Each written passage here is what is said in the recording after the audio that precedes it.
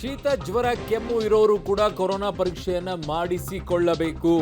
ಹೆಚ್ಚು ಪಾಸಿಟಿವ್ ಬಂದ್ರೆ ಮಾತ್ರ ನಿಷೇಧ, ಅದು ಇದು ಮಾಡಬಹುದು. ಸದ್ಯಕ್ಕೆ ಅಂತಹ ಸ್ಥಿತಿ ಇಲ್ಲ, ಯಾರು ಆತಂಕ ಪಡಬೇಕಾಗಿಲ್ಲ ಅಂತ ಈಗ ಹೇಳಿದ್ದಾರೆ. ಸೊ ರಾಜ್ಯದ ಎಲ್ಲ ಆಸ್ಪತ್ರೆಗಳನ್ನ ಕೂಡ ಸನ್ನದ್ಧ ಸ್ಥಿತಿಯಲ್ಲಿಡೋಕೆ ಸೂಚನೆಯನ್ನ ಕೊಟ್ಟಿದ್ದಾರೆ. ಅಗತ್ಯ ಇರುವಂಥ ಬೆಡ್ಡು, PPE ಕಿಟ್ಟು, ಆಕ್ಸಿಜನ್ ಎಲ್ಲ ರೆಡಿ ಮಾಡ್ಕೊಳ್ತಾ ಇದ್ದೀವಿ ಅಂತ ಹೇಳಿದ್ದಾರೆ. ಸೊ ಕೇರಳ ಗಡಿ ಜಿಲ್ಲೆಗಳಲ್ಲಿ ಹೆಚ್ಚು ಮುನ್ನೆಚ್ಚರಿಕೆಯನ್ನು ವಹಿಸೋಕೆ ಸೂಚಿಸಿದ್ದಾರೆ.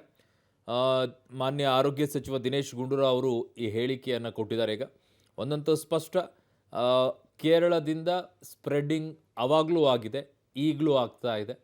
ಎಚ್ಚರಿಕೆಯನ್ನು ತೆಗೆದುಕೊಳ್ಳೋದೇ ಇದ್ದರೆ ಎಲ್ಲರೂ ಅನುಭವಿಸಬೇಕಾದಂಥ ಪರಿಸ್ಥಿತಿ ಮಗದೊಂಬರುತ್ತೆ. ಒಂದು ಎರಡನೇದು, ನಾವು ಮೊನ್ನೆ ಸಭೆ ಮಾಡಿ ನಿನ್ನೆನೂ ಕೂಡ ನಮ್ಮ ತಾಂತ್ರಿಕ ಸಲಹಾ ಸಮಿತಿ ಏನಿದೆ ಡಾಕ್ಟರ್ ರವಿ ಅವರ ನೇತೃತ್ವದಲ್ಲಿ ಅವರು ನಿನ್ನೆನೇ ಸಭೆ ಮಾಡಿದ್ದಾರೆ. ಈಗ ಕೆಲವು ಅಡ್ವೈಸರಿಗಳನ್ನು, ಸಲಹೆಗಳನ್ನು ಈಗ ನಾವು ಜನರಿಗೆ ನೀಡ್ತಾ ಇದ್ದೀವಿ. ಒಂದು, ಯಾರು 60 ವರ್ಷಕ್ಕಿಂತ ಹೆಚ್ಚಿರೋರು ಮತ್ತು ಯಾರಾದರೂ ಬೇರೆ ಬೇರೆ ಈ ಹೃದಯ ಮತ್ತು ಕಿಡ್ನಿ ಈ ಥರ ಕೋಮಾರ್ಬಿಡಿಟೀಸ್ ಇರ್ತಕ್ಕಂಥ ಜನರಿಗೆ ಮತ್ತು ಕಫ ಮತ್ತು ಜ್ವರ, ಕೆಮ್ಮು ಇಂಥ ಇರ್ತಕ್ಕಂಥವ್ರು ಎಲ್ಲರೂ ಕೂಡ ಕಡ್ಡಾಯವಾಗಿ ಮಾಸ್ಕನ್ನು ಹಾಕೋಬೇಕು ಅಂತಲೂ ಕೂಡ ಒಂದು ಸಾರ್ವಜನಿಕವ್ರಿಗೆ ಎಲ್ರಿಗೂ ಹೇಳ್ತಾ ಇದ್ದೀವಿ. ಆಮೇಲೆ ನಮ್ಮ ಎಲ್ಲ ಆಸ್ಪತ್ರೆಗಳಲ್ಲಿ ಮತ್ತು ಆರೋಗ್ಯ ಕೇಂದ್ರಗಳಲ್ಲಿ ಸಜ್ಜಾಗಿರೋದಕ್ಕೂ ಕೂಡ ಹೇಳಿದ್ದೀವಿ. ಹಾಗೆಯೇ ಇನ್ನು ಈ ಬಾರ್ಡರ್ ಜಿಲ್ಲೆಗಳೇನಿದೆ ಇಲ್ಲಿ ಹೆಚ್ಚಿನ ನಿಗ್ರಹ ಇನ್ನೂ ಹೆಚ್ಚಾಗಿರಬೇಕು. ಕೊಡಗು ಮತ್ತು ಮಂಗಳೂರು ಮತ್ತು ಚಾಮರಾಜನಗರ.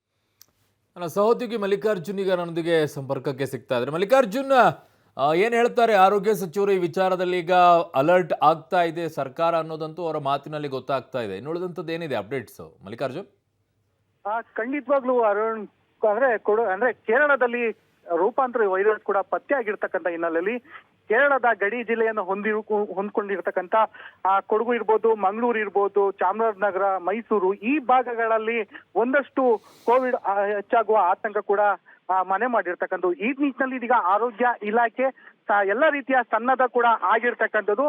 ಆಸ್ಪತ್ರೆ ಇರ್ಬೋದು, ಪ್ರಾಥಮಿಕ ಆರೋಗ್ಯ ಕೇಂದ್ರಗಳಾಗಿರ್ಬೋದು, ಎಲ್ಲ ರೀತಿಯಲ್ಲೂ ಕೂಡ ಬೆಡ್ ವ್ಯವಸ್ಥೆ, ಆಕ್ಸಿಜನ್ ಇವೆಲ್ಲವೂ ಕೂಡ ಈ ಹಿಂದಿನ ಕೋವಿಡ್ ಪ್ರಕರಣಗಳಿದ್ದಾಗ ಯಾವ ರೀತಿ ಕಾರ್ಯನಿರ್ವಹಣೆ ಮಾಡಿತ್ತು ಅದೇ ರೀತಿ ಕಾರ್ಯನಿರ್ವಹಣೆ ಕೂಡ ಮುಂದಿನ ದಿನಗಳಲ್ಲಿ ಮಾಡ್ಕೊಳ್ಳಿಕ್ಕೆ ಎಲ್ಲ ರೀತಿಯ ಸಕಲ ರೀತಿಯ ಸಿದ್ಧತೆಗಳನ್ನ ಕೂಡ ಮಾಡ್ಕೊಂಡಿರ್ತಕ್ಕಂಥದ್ದು. ಅಷ್ಟೇ ಅಲ್ಲದೆ ಇವತ್ತಿನಿಂದ ಏನು 60 ವರ್ಷದ ಮೇಲ್ಪಟ್ಟವರು ಏನು ಇದ್ದಾರೆ, ಏನು ಹೃದಯ ಸಂಬಂಧಿತ ಕಾಯಿಲೆ ಇರ್ಬೋದು, ಕಿಡ್ನಿ ಪೇಷಂಟ್ಗಳಿರ್ಬೋದು, ಇನ್ನಿತರ ಶೀತ ಜ್ವರ ಕಫದಿಂದ ಬಳಲ್ತಿರುವಂತಹ ಏನು ರೋಗಿಷ್ಠರು ಕೂಡ ಇದ್ದಾರೆ, ಅವ್ರಿಗೂ ಕೂಡ ಒಂದಷ್ಟು ಮಾಸ್ಕ್ ಅನ್ನ ಕಡ್ಡಾಯಗೊಳಿಸ್ಲಿಕ್ಕೆ ಈಗಾಗಲೇ ಆರೋಗ್ಯ ಇಲಾಖೆ ಸೂಚನೆಯನ್ನ ನೀಡಿರ್ತಕ್ಕಂಥದ್ದು. ನಿನ್ನೆನೂ ಕೂಡ ತಾಂತ್ರಿಕ ಸಲಹಾ ಸಮಿತಿಯವರು ಕೂಡ ಒಂದಷ್ಟು ಮಾರ್ಗಸೂಚಿಗಳನ್ನ ಹೇಳಿರ್ತಕ್ಕಂಥ ಹಿನ್ನೆಲೆಯಲ್ಲಿ ಇದೀಗ ಆರೋಗ್ಯ ಸಚಿವರು ಕೂಡ ಬಹಳ ಸ್ಪಷ್ಟಪಡಿಸಿದ್ದಾರೆ. ಮಾಸ್ಕ್ ಅನ್ನ ಕಡ್ಡಾಯಗೊಳಿಸ್ತೀವಿ, ಅದು 60 ವರ್ಷ ಮೇಲ್ಪಟ್ಟವರಿಗೆ ಮತ್ತೆ ಅನಾರೋಗ್ಯ ಪೀಡಿತರಿಗೆ ಈ ರೀತಿ ಮಾಸ್ಕ್ ಅನ್ನ ಬಳಸ್ಕೊಳ್ಳೇಬೇಕು ಅನ್ನೋದು ಕೂಡ ಹೇಳ್ತಾ ಇರ್ತಕ್ಕಂಥದ್ದು.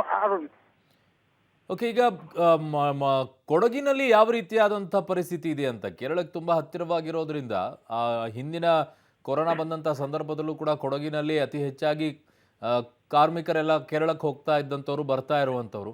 ಸೊ ಅಲ್ಲಿ ಹೇಗೆ ಎಚ್ಚರಿಕೆಯನ್ನು ತೆಗೆದುಕೊಳ್ತಾ ಇದ್ದಾರೆ? ಖಂಡಿತವಾಗ್ಲು ಅರುಣ್, ಕೊಡಗು ಜಿಲ್ಲೆ ಅಂದ್ರೆ ಬಹಳ ಪ್ರವಾಸಿ ತಾಣಗಳು, ಕೇರಳಕ್ಕೂ ಕೂಡ ಹೋಗಿ ಬರುವಂತಹ ಸಂದರ್ಭಗಳು ಕೂಡ ಇದೆ. ಅದರಲ್ಲೂ ಕೂಡ ಇತ್ತೀಚಿನ ದಿನಗಳಲ್ಲಿ ಈ ಅಂದ್ರೆ ಕಳೆದ ಹಲವಾರು ದಿನಗಳಿಂದ ಜನವರಿ 14 ಮಕರ ಸಂಕ್ರಾಂತಿ ಇರೋ ತನಕ ಶಬರಿಮಲೆಗೂ ಕೂಡ ಕೊಡಗಿನ ಬಾರ್ಡರ್ನೇ ದಾಟಿ ಕೇರಳಕ್ಕೆ ಕೂಡ ಸಾಕಷ್ಟು ಯಾತ್ರಾರ್ಥಿಗಳು ಶಬರಿಮಲೆ ಕೂಡ ಹೋಗ್ತಾರೆ. ಅಂತವ್ರು ಬರುವಂತವ್ರು ಕೂಡ ಒಂದಷ್ಟು ಟೆಸ್ಟಿಂಗ್ ಅನ್ನ ಮಾಡ್ಕೊಳ್ಳಿಕ್ಕೂ ಕೂಡ ಮುಂದಾಗ್ಬೇಕಾಗುತ್ತೆ. ಅಂದ್ರೆ ಅನಾರೋಗ್ಯ ಮತ್ತೆ ಈಗ ಚಳಿಗಾಲ ಕೂಡ ಇರೋದ್ರಿಂದ ಒಂದ್ ರೀತಿ ಅವರೇ ಸ್ವಯಂ ಪ್ರೇರಿತವಾಗಿ ಟೆಸ್ಟಿಂಗ್ ಅನ್ನ ಮಾಡ್ಕೋಬೇಕಾಗುತ್ತೆ. ಈಗ ಸದ್ಯದ ಮಟ್ಟಿಗೆ ಕೊಡಗಿನ 3 ಏನು ಗಡಿ, ಕರಿಕೆ ಇರ್ಬೋದು, ಮಾಕುಟ್ಟ ಇರ್ಬೋದು, ಕುಟ್ಟ ಇರ್ಬೋದು, ಈ 3 ಗಡಿ ಭಾಗದಲ್ಲೂ ಕೂಡ ಆರೋಗ್ಯ ಇಲಾಖೆಯಿಂದ ಬರುವಂತ ಕೇರಳದಿಂದ ಯಾರೇ ಬಂದ್ರು ಕೂಡ ಥರ್ಮಲ್ ಸ್ಕ್ರೀನಿಂಗ್ ಕೂಡ ಮಾಡ್ಲಿಕ್ಕೆ ಮುಂದಾಗ್ತಾ ಇದ್ದಾರೆ. ಯಾರಾದ್ರೂ ಅನಾರೋಗ್ಯದಿಂದ ಬಳಲ್ತಾ ಇದ್ರೆ ಅಂತವ್ರನ್ನ ಸಿಂಪ್ಟಮ್ಸ್ ಏನಾದ್ರು ಕಂಡು ಬಂದ್ರೆ ಅಂತವ್ರನ್ನ ಕೋವಿಡ್ ಟೆಸ್ಟ್ ಕೂಡ ಮಾಡ್ಲಿಕ್ಕೆ ಆರೋಗ್ಯ ಇಲಾಖೆ ಈಗಾಗಲೇ ಮುಂದಾಗಿದೆ. ಅರುಣ್. ಓಕೆ ಮಲ್ಲಿಕಾರ್ಜುನ್, ನಿಮ್ಮೆಲ್ಲ ಮಾಹಿತಿಗೆ ಧನ್ಯವಾದಗಳು. ಓಕೆ, ಕೇರಳ ಗಡಿ ಜಿಲ್ಲೆಗಳಲ್ಲಿ ಹೆಚ್ಚು ಮುನ್ನೆಚ್ಚರಿಕೆಗೆ ಸೂಚನೆಯನ್ನು ಕೊಟ್ಟಿದ್ದಾರೆ. ಕೊಡಗು ಆಗಿರಬಹುದು, ಚಾಮರಾಜನಗರ ಆಗಿರಬಹುದು, ಈ ಕಡೆಗೆ ಮೈಸೂರು ಭಾಗ ಆಗಿರ್ಬೋದು, ಇಲ್ಲೆಲ್ಲ ಹೆಚ್ಚಿನ ರೀತಿಯಾದಂಥ ಜಾಗೃತಿಯನ್ನು ಈಗ ವಹಿಸಬೇಕಾಗಿದೆ. ಕೇರಳಕ್ಕೆ ಹೋಗಿ ಬರುವಂಥವರ ಸಂಖ್ಯೆ ಕೂಡ ಹೆಚ್ಚಾಗಿದೆ. ಜೊತೆಗೆ ಈಗ ಅಯ್ಯಪ್ಪ ಸ್ವಾಮಿ ದೇವಸ್ಥಾನಕ್ಕೆ ಹೋಗುವಂಥವ್ರದ್ದು ಸಂಖ್ಯೆ ಜಾಸ್ತಿ. ಸೊ ಹಾಗಾಗಿ ಸ್ವಲ್ಪ ಚೆಕಿಂಗ್ ಮಾಡೋದು ಒಳ್ಳೆಯದು ಅಂತ ಕಾಣಿಸುತ್ತೆ.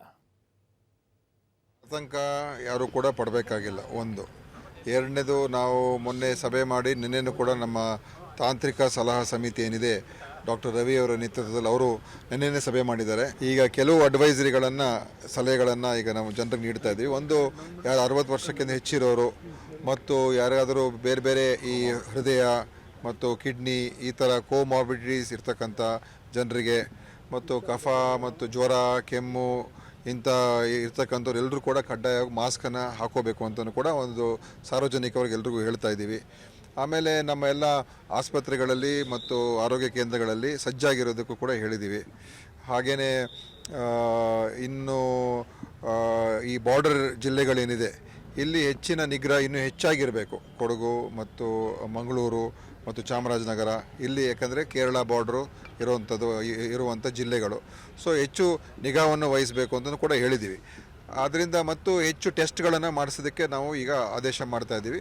ಯಾರ್ಯಾರಿಗೆ ಈ ಇನ್ಫ್ಲೂಯೆನ್ಸಾ ಇರ್ತಕ್ಕಂಥ ಕಾಯಿಲೆಗಳು ಅಥವಾ ಯಾರಿಗೆ ಈ ಸಾರಿ ಅಂತ ಹೇಳ್ತೀವಿ, ಅಂದರೆ ರೆಸ್ಪಿರೇಟ್ರಿ ಇನ್ಫೆಕ್ಷನ್ಸ್ ಇರ್ತಕ್ಕಂಥವ್ರಿಗೆ ಅವರಿಗೆ ಕಡ್ಡಾಯವಾಗಿ ಕೋವಿಡ್ ಟೆಸ್ಟನ್ನು ಮಾಡುವಂಥದ್ದು ಕೂಡ ಹೇಳಿದ್ದೀವಿ. ಆವಾಗ ನಮ್ಗೆ ಗೊತ್ತಾಗ್ತದೆ ಇನ್ಫೆಕ್ಷನ್ಸ್ ಹೆಚ್ಚಾಗ್ತಾಯಿದೆ ಇಲ್ವಾ ಅಂತ. ತದನಂತರ ಮುಂದೆ ಏನು ಮಾಡಬೇಕು ತೀರ್ಮಾನ ಮಾಡ್ತೀವಿ. ಈಗ ಆ ಹಂತದಲ್ಲಿದೆ. ಗಡಿಯಲ್ಲೂ ಕೂಡ ಹೆಚ್ಚು ನಿಗಾ ವಹಿಸಿ ಅಂತ ಹೇಳಿದ್ದೀವಿ ಮತ್ತು ಟೆಸ್ಟಿಂಗನ್ನು ಹೆಚ್ಚು ಮಾಡೋಕ್ಕೆ ಹೇಳಿದ್ದೀವಿ. ಟೆಸ್ಟ್ ಹೆಚ್ಚು ಮಾಡ್ತೀವಿ. ಯಾರ್ಯಾರ ಮೇಲೆ ಸಂಶಯ ಇದೆ ಅಥವಾ ಯಾರ್ಯಾರಿಗೆ ಸಿಂಪ್ಟಮ್ಸ್ ಇರ್ತದೆ ಅವರೆಲ್ಲರೂ ಕೂಡ ಕಡ್ಡಾಯವಾಗಿ ಟೆಸ್ಟ್ ಮಾಡ್ಕೊಳ್ಳೋಕೆ ಹೇಳ್ತಾ ಇದ್ದೀವಿ. ಸೊ ಇನ್ನು 2-3 ದಿವಸದಲ್ಲಿ ಗೊತ್ತಾಗ್ತದೆ ಏನಾದರೂ ಇನ್ಫೆಕ್ಷನ್ಸ್ ಹೆಚ್ಚಾಗ್ತಾ ಇದೆಯಾ ಇಲ್ವಾ. ನಾವು ಕೋವಿಡ್ ಟೆಸ್ಟ್ ಜಾಸ್ತಿ ಮಾಡಿದಾಗ ಹೆಚ್ಚು ಜನ ಪಾಸಿಟಿವ್ ಬರೋಕ್ಕೆ ಶುರುವಾದರೆ ಅವಾಗ ನಾವು ಈ ಮುಂದೆ ಏನು ಕ್ರಮ ತೊಗೊಳ್ಬೇಕು ಅಂತ ಮುಂದೆ ನಾವು ತೀರ್ಮಾನ ಮಾಡ್ಬೋದು. ಈಗಲೇ ನಾವು ಎಲ್ಲ ನಿಷೇಧ ಮಾಡೋದು ಅಥವಾ ನಿಲ್ಲಿಸುವಂಥದ್ದು ಅದೆಲ್ಲ ಏನು ಅವಶ್ಯಕತೆ ಸದ್ಯಕ್ಕೇನಿಲ್ಲ. ಅದೆಲ್ಲ ಯಾವುದು ಸ್ಟಾಪ್ ಮಾಡೋಕ್ಕೆ ಹೋಗಲ್ಲ. ಯಾಕಂತ ಹೇಳಿದ್ರೆ ಆ ಪರಿಸ್ಥಿತಿ ಏನಿಲ್ಲ. ಜನ ಓಡಾಡಬಾರ್ದು, ಜನ ಸೇರಬಾರ್ದು, ಅದೆಲ್ಲ ಆ ಥರ ಪರಿಸ್ಥಿತಿ ಏನಿಲ್ಲ. ಈಗ ಸಹಜ ಸ್ಥಿತಿಯಲ್ಲೇ ಇದೆ. ಅದಕ್ಕೆ ಅದನ್ನು ನಾವು ದಿವಸ ಅದನ್ನು ಮಾನಿಟರ್ ಮಾಡ್ತೀವಿ. ಅದು ನೋಡ್ತಾ ಬೇರೆ ಥರ ಏನಾದರೂ ಒಂದು ನಮಗೆ ಮಾಹಿತಿಗಳು ಬಂದರೆ ತದನಂತರ ಏನು ಮಾಡಬೇಕು ಅಂತ ಹೇಳ್ತೀವಿ. ಈಗಲೇ ನಾವು ಎಲ್ಲವನ್ನು ಕೂಡ ನಿಲ್ಲಿಸಬೇಕು, ಸೇರಬಾರ್ದು ಅದೆಲ್ಲ ಏನಿಲ್ಲ. ಯಾರಿಗೆ 60 ವರ್ಷಕ್ಕಿಂತ ಹೆಚ್ಚಿರೋರು ಅವ್ರು ಮಾಸ್ಕ್ಗಳು ಹಾಕ್ಕೊಂಡ್ರೆ ಒಳ್ಳೆಯದು. ಯಾರಿಗೆ ಸ್ವಲ್ಪ ಕೆಮ್ಮು ನೆಗಡಿ ಅಥವಾ ಉಸಿರಾಟದ ತೊಂದರೆ ಅಂಥವ್ರಿಗೆಲ್ಲರೂ ಕೂಡ ಮಾಸ್ಕ್ ಹಾಕೊಳ್ಳಿ ಅಂತ ಅವರು ಕಡ್ಡಾಯ ಮಾಡ್ತೀವಿ.